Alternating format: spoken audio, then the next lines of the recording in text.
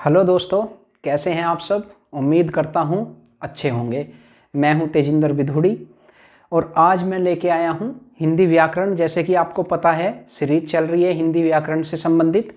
इसमें हमारी जो सीरीज है वो वर्ण विचार की चल रही है। उसके वर्ण विचार की सीरीज के तहत जो है आज हम मात्रा के बारे में जानेंगे। जो हमारी हिंदी वर्णमाला है उसमें जो है मात्राओं का यूज कैसे करते हैं, मात्राओं का क्या रोल है, आज इसके बारे में जानते हैं। तो देखते हैं मात्राओं के बारे में। सबसे पहले देखते हैं मात्रा की परिभाषा क्या कहती है। तो मात्रा की परिभाषा क्या है? स्वर को पूरा ना लिखकर स्वर का प्रतिनिधित्व करने के लिए जिस संकेत का हम प्रयोग करते हैं उसे मात्रा कहते हैं। समझ गए? दोबारा रिपीट करता हूं। स्वर को पूरा ना लिखकर स्वर का प्रतिनिधित्व करने के लिए जिस संकेत का हम प्रयोग करते हैं उसे मात्रा कहते हैं। कैसे?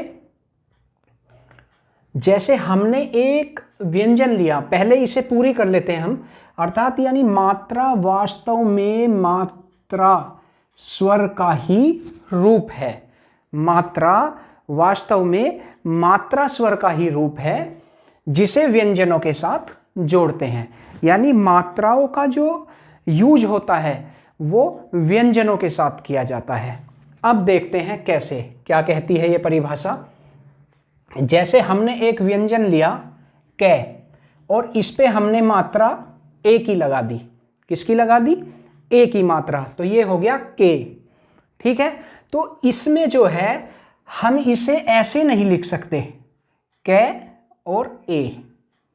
ठीक है, ये क्या हो गया? ये गलत हो गया ना।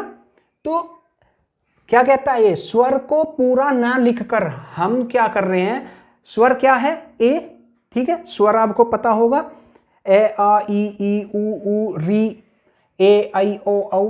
ठीक है, तो इसमें जो ये स्वर है, ये जो स्वर है इसकी जो मात्रा है वो ये है।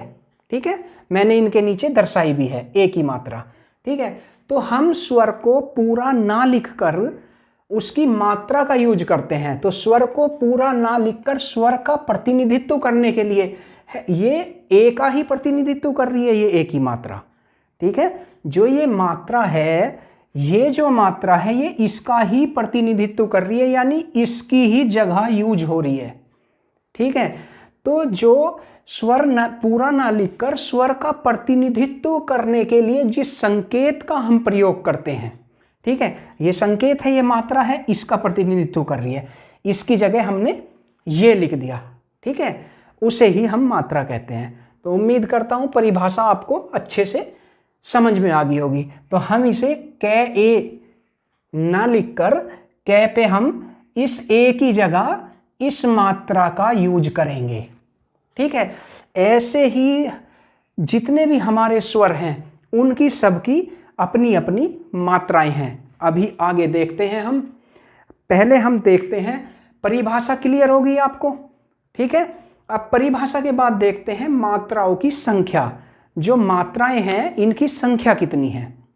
तो मात्राओं की जो संख्या है, मात्राओं की संख्या 11 होती है। कितनी होती है?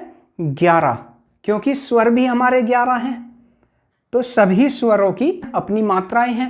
ठीक है, तो मात्राओं की संख्या 11 होती है, लेकिन दृश्य रूप में मात्रा संकेत की संख्या 10 होती है। ठीक है, तो मात्राओं की संख्या कितनी है? 11 है, लेकिन दृश्य रूप में मात्राओं की जो संख्या है वो 10 होती है। देखते हैं कैसे। स्वरों की संख्या 11 और मात्रा संकेत 10 क्यों? ऐसा क्यों है कि स्वर तो हैं हमारे 11 और मात्राओं की संख्या है 10? तो ऐसा क्यों है? क्योंकि ए स्वर जो है हमारा, ये ए है। ठीक है, ये ए स्वर की संकेत रूप में मात्रा नहीं होती। यानी जो हमारा 11 स्वरों में सबसे पहला स्वर है ए, इसकी संकेत के रूप में कोई भी मात्रा नहीं होती। देखो, आ की है संकेत के रूप में, इसे यूज करेंगे, ई में इसे यूज करेंगे। ठीक है, सबकी संकेत के रूप में अपनी अपनी मात्राएं हैं, लेकिन 11 स्वरों में केवल ए स्वर ऐसा है जिसकी संकेत के रूप में मात्रा नहीं होती। इसीलिए स्वर तो हैं हमारे 11, लेकिन मात्राओं की संख्या है 10। ठीक है, और इस ए को इसी कारण, क्योंकि इसकी कोई मात्रा नहीं है, ठीक है, संकेत के रूप में इसकी मात्रा नहीं है, इसी कारण इस ए को हम उदासीन स्वर भी कहते हैं। क्या कहते हैं? उदासीन स्वर। कई एग्जामों में पूछा जा चुका है कि हमारे जो स्वर हैं 11 स्वरों में उदासीन स्वर कौन सा है। तो हमेशा याद रखोगे अब आप, ए जो है हमारा उदासीन स्वर है। ठीक है, और इसकी संकेत के रूप में कोई भी मात्रा नहीं होती। तो उम्मीद करता हूं आपको समझ में आ गया होगा। अब देखते हैं स्वर के बारे में। स्वर तो हमारे 11 हो गए। ए जो है सबसे पहला है ए की कोई संकेत के रूप में मात्रा नहीं है, तो ये तो ए तो हो गया उदासीन। ठीक है, आ की मात्रा हमेशा ये है, जिसे हम आ का डंडा भी कहते हैं। ठीक है, तो ये आ की मात्रा, इसका यूज करते हैं आ में। जैसे कि हम लिखें कै, ठीक है, तो एक मात्रा ये हमने यूज कर दी, तो ये हो गया का आ। ठीक है, यानी कै प्लस आ, तो ये हो गया का। तो ये आ हो गया, आ की मात्रा होगी। ई की मात्रा होती है ये हमेशा किसी भी वर्ड पे कोई भी शब्द होगा जिस पे छोटी ई की मात्रा, इसकी मात्रा होगी, वो लेफ्ट साइड से यानी बाएं साइड से दाएं साइड की तरफ चढ़ती है, हमेशा लगती है। जैसे कि हमने लिखा है लिए, ठीक है, ले, और हमेशा उल्टी साइड से, हमारे बाएं साइड से सीधी तरफ को जो चढ़ रही है, ये होती है छोटी ई की मात्रा। किसकी है? छोटी ई की मात्रा। ठीक है, और बड़ी ई की मात्रा सीधी तरफ से उल्टी तरफ चढ़ती है, यानी दाएं से बाएं तरफ। ठीक है, बड़ी ई की मात्रा भी हम देख लेते हैं एक इनमें से, जैसे कि ये है, ये देखिए ती पर चढ़ रही है ना, ती। ठीक है, तो ये है सीधी तरफ से उल्टी तरफ बड़ी ई की मात्रा। तो ये हो गया आ का डंडा, ये हो गया छोटी ई की मात्रा, ये बड़ी ई की मात्रा। अब जो ऊ की मात्रा है, ठीक है, ऊ की मात्रा हमेशा ऊपर को चढ़ती है, ये इसे हम छोटा ऊ भी बोलते हैं। ठीक है, तो छोटा ऊ की मात्रा जो है हमेशा ऊपर की तरफ होती है। ठीक है, और बड़े ऊ की मात्रा जो है हमेशा नीचे की तरफ होती है। ये तो उम्मीद करता हूं कि ये तो आप सबको पता होगा इसके बारे में, लेकिन एक बार मैं रिपीट कर दूंगा, आपको जो है रिपीट हो जाएगा, अच्छे से क्लियर हो जाएगा। तो छोटा ऊ की मात्रा ऊपर, बड़े ऊ की मात्रा नीचे। और ये है री, इसे ध्यान से देखना। ठीक है, री में अगर हम यहाँ इसे छुपा लें तो ये जो है, ठीक है, जब हम री लिखेंगे, एक बार यहाँ बता देता हूँ मैं, जब हम री लिखेंगे ये ऐसे, और यहाँ से जब इसे ऐसे करेंगे, ठीक है, तो ये जो ये मात्रा है, ये जो ये मात्रा है, ठीक है, ये वाली, ठीक है, ये, ठीक है, ये है री की मात्रा। क्या है? री की मात्रा। ये काफ़ी जगह यूज होती है, काफ़ी वर्डों में यूज होती है। जैसे हम लिखें कृपा, ठीक है, तो क्या लिखा हमने? ये कै लिखा, तो कै री, क्री, और ये हो गया पा, कृपा। और कुछ स्टूडेंट जो हैं ये लिख देते हैं इसे, यहां री की मात्रा भी लगा देंगे और फिर छोटी की मात्रा भी लगा देंगे और ऐसे लिख देंगे, जो कि ये गलत है। ठीक है, क्योंकि ये दो बार ई की मात्रा, री की मात्रा नहीं आ सकती। ठीक है, अगर हम इसे लिखेंगे, ठीक है, इसका मतलब ही प्रोनाउंसिएशन जो हमारा उच्चारण है, इसका मतलब है री। ठीक है, तो कै में री लगा दी तो हो गया क्री, और क्री पा। तो फिर इस ई जो है, ये जो ई है, ये नहीं होगी, ये जो हमने ऐसे चढ़ा दी ये नहीं होगी, तो ये होती है री की मात्रा। ठीक है, और ए की मात्रा, ये ए की मात्रा हमेशा एक होती है। ठीक है, जैसे कि देखते हैं, ये देखिए ते, कहते, तय पे एक ही मात्रा है, ठीक है, तो ये एक ही मात्रा होती है। और जो ये होती है आई की मात्रा, इसे कहते हैं आई, ए आई बोलते हैं। तो आई की मात्रा जो है, जैसे कि कोई एग्जाम्पल ले लेते हैं हम, जैसे हम लिखें कैलाश,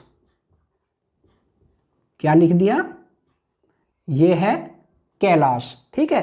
तो ये जो डबल मात्रा है, ठीक है, ये है आई की मात्रा, ठीक है, इसकी, ठीक है। और अगर इस पे आ का डंडा लग जाता, ठीक है, आ का यूज करके, और जब डबल मात्रा, तो वो मात्रा औ की हो जाती, ठीक है। जैसे कि इसे अभी मैं बता देता हूं, तो आई की मात्रा हो गई। अब ओ की मात्रा तो आप जानते ही होंगे, काफी वर्डों में यूज होती है, जैसे ये हो रही, ठीक है, ओ की मात्रा, ठीक है। और भी देख लेते हैं, एक और देख लेते हैं कोई ऐसा वर्ड जो ओ की मात्रा का प्रयोग हो रहा हो जिसपे, जैसे कि ये नो, न ओ, नो, ओ की मात्रा है ये, ठीक है। तो ओ की मात्रा में हमेशा आ का डंडा लग के और ये मात्रा लगती है, ठीक है। और औ की मात्रा जो है, आ का डंडा और दो मात्रा, जैसे हमने आई की मात्रा देखी थी, इस पे आ का डंडा जो है, आ का यूज नहीं हुआ, डायरेक्ट हमने क्या करा, ये वर्ण लिखा व्यंजन कै, और कै पे दो मात्रा लगा दी, तो ये हो गया कै, ठीक है। तो कैलाश, ठीक है। तो ये जो था हमारा आई की मात्रा थी, ठीक है। और जो औ की मात्रा होती है, ये होती है, जैसे हम एक वर्ड ले लेते हैं,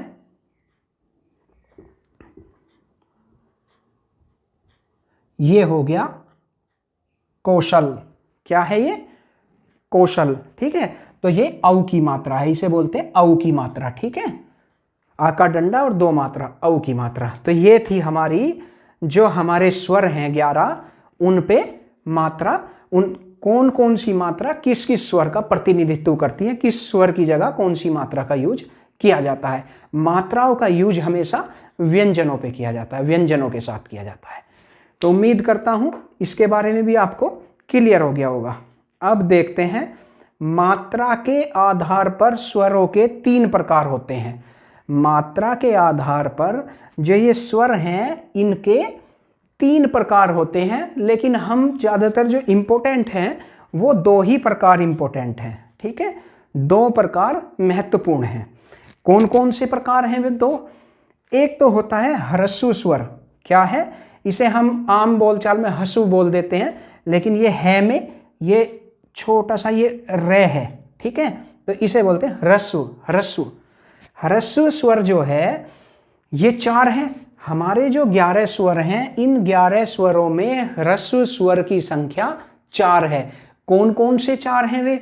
एक तो हो गया ए, ठीक है, एक हो गया, दूसरा कौन सा हो गया, ई, तीसरा हो गया ऊ, और चौथा जो हो गया हमारा, वो हो गया री, ठीक है। तो ये चारों जो हैं, यहां भी मैंने दर्शाए हैं, ए, ई, ऊ और री, ये जो हैं, ये छोटी ई और ये छोटा ऊ। तो ये चारों जो हैं ह्रस्व स्वर हैं, और इनकी एक मात्रा मानी जाती है। जो हमारे 11 स्वर हैं, उनमें ह्रस्व स्वर, ह्रस्व का मतलब होता है छोटा, यानी लघु।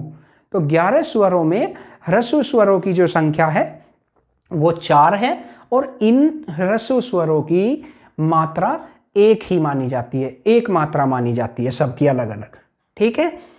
और नंबर 2 है दीर्घ स्वर, ठीक है। दीर्घ स्वरों की संख्या कितनी है? 7 है। यानी ह्रस्व स्वर 4 तो हो गए, 4 के अलावा जितने भी स्वर हैं, और 4 ये हो गए, जो बाकी के 7 बचे, यानी 11 हैं टोटल। तो 7 जो स्वर हैं वे जो होते हैं दीर्घ स्वर होते हैं, ठीक है। और इनकी मात्राएं जो हैं 2 मानी जाती हैं। दीर्घ स्वरों की मात्रा कितनी है? 2, और ह्रस्व स्वरों की मात्रा मानी जाती है 1। चलो देखते हैं, अब इधर देखते हैं। यदि किसी शब्द में अंतिम स्वर ध्वनि, यदि किसी शब्द में अंतिम स्वर ध्वनि ए हो, तो उसे अलग से नहीं गिनेंगे, ठीक है। अगर कोई भी स्वर हमने लिखा और उसमें अंतिम स्वर ध्वनि ए है, ठीक है, तो उसे अलग से नहीं गिनेंगे, उसकी मात्रा अलग से नहीं गिनी जाएगी, ठीक है। अब मात्रा गिननी मैं सिखाता हूं। ये जो मैंने ह्रस्व स्वर और दीर्घ स्वर के बारे में बताया है, मात्राओं को कैसे कैसे, किस शब्द की मात्रा कैसे गिने उसे देखते हैं। तो देखते हैं, जैसे कि सरल हो गया, ठीक है, क्या है ये, सरल। तो से हो गया हमारा, ठीक है, ये हो गया से, ठीक है। तो इसमें ये स्वर अलग निकाल दिया, ये व्यंजन है, ठीक है। से का तो ये हो गया रे ए, ये भी अलग निकाल दिया, और ले और ए, ठीक है। इन व्यंजनों से हमने स्वर अलग कर दिए। तो स्वर अलग होते ही व्यंजनों का कोई अस्तित्व नहीं रह जाता, बहुत ही कम रहता है, ये आधे हो जाते हैं। क्या हो जाते हैं, आधे हो जाते हैं, ठीक है। तो ये देखते हैं हम, से हो गया प्लस ए, रे ए, ले और ए। तो ये देखिए, अब से की एक मात्रा, ए की एक मात्रा, रे की भी एक मात्रा और ए की भी एक मात्रा और ले की भी, लेकिन लास्ट में जो ए है, जो मैंने अभी बताया था, यदि किसी शब्द में अंतिम स्वर ध्वनि ए हो, अंतिम क्या है, ए, स्वर ध्वनि जब हम बोले सरल, ठीक है, सरल, ले ए आ रही है ना अंतिम स्वर ध्वनि, ठीक है। तो अगर अंतिम स्वर ध्वनि ए हो तो उसे अलग से नहीं गिनेंगे, उसकी मात्रा नहीं गिनी जाएगी। तो ये मात्रा जो लास्ट में ए आ रहा है, इसकी नहीं गिनी जाएगी। बाकी अगर ये होता, मान लिया सरला होता, सरल की जगह आ का डंडा होता, तब ये गिनी जाती, ठीक है। फिर आ आता दीर्घ स्वर में आ जाता तो 2 मात्राएं हो जाती इसकी, ठीक है। और ये देखते हैं अब, ठीक है, सरल समझ में आ गया होगा। इस शब्द में कितनी मात्राएं हैं, 1 2 3 4 और 5, 5 मात्राएं ही गिनेंगे, ठीक है, 5 मात्राएं हैं। तथा वर्ण की संख्या भी इसमें कितनी है, 5 है। कितनी है वर्ण, 5 है, 1 2 3 4 और 5। ए को हम लास्ट में जो है उसे अलग से नहीं गिनते, ठीक है, क्योंकि अगर किसी शब्द के अंत में ए वर्ण है तो उसे ए वर्ण नहीं गिनते, ठीक है। तो उम्मीद करता हूं ये आपके समझ में आ गया होगा। अब एक और शब्द लेते हैं, जैसे हमने ले लिया एक शब्द, हम ले लेते हैं किताब। क्या ले लिया, ये किताब, ठीक है। तो अब इसमें कितनी मात्राएं हैं, जैसे सरल में हमने देखा, तो इसमें देखते हैं के प्लस ई, क्योंकि छोटी ई की है तो छोटी ई, ठीक है, प्लस ते प्लस आ प्लस बे और प्लस ए। तो ये तो मात्रा नहीं मानी जाएगी, ठीक है, और ना ही ये हम जो है क्या वर्ण मानेंगे इसे, ठीक है। तो अब ये कितनी होगी, एक मात्रा तो ये होगी, ठीक है, एक मात्रा ये होगी और एक मात्रा ये होगी, 2 मात्रा ये होगी, ठीक है, और एक ये होगी, ठीक है। तो ये कितनी मात्राएं होगी, 1 2 3 और 2 5 और 1 6, इसमें 6 मात्राएं हैं। किताब में कितनी है, 6, इसकी मात्रा नहीं होती। तो उम्मीद करता हूं ये भी आपके अच्छे से समझ में आ गया होगा। तो ये मात्राओं के बारे में वीडियो थी, आपको अच्छे से मात्राओं का ज्ञान हो गया होगा। तो मिलते हैं अगली वीडियो में। मेरी वीडियो को लाइक करें, चैनल को सब्सक्राइब करें। धन्यवाद।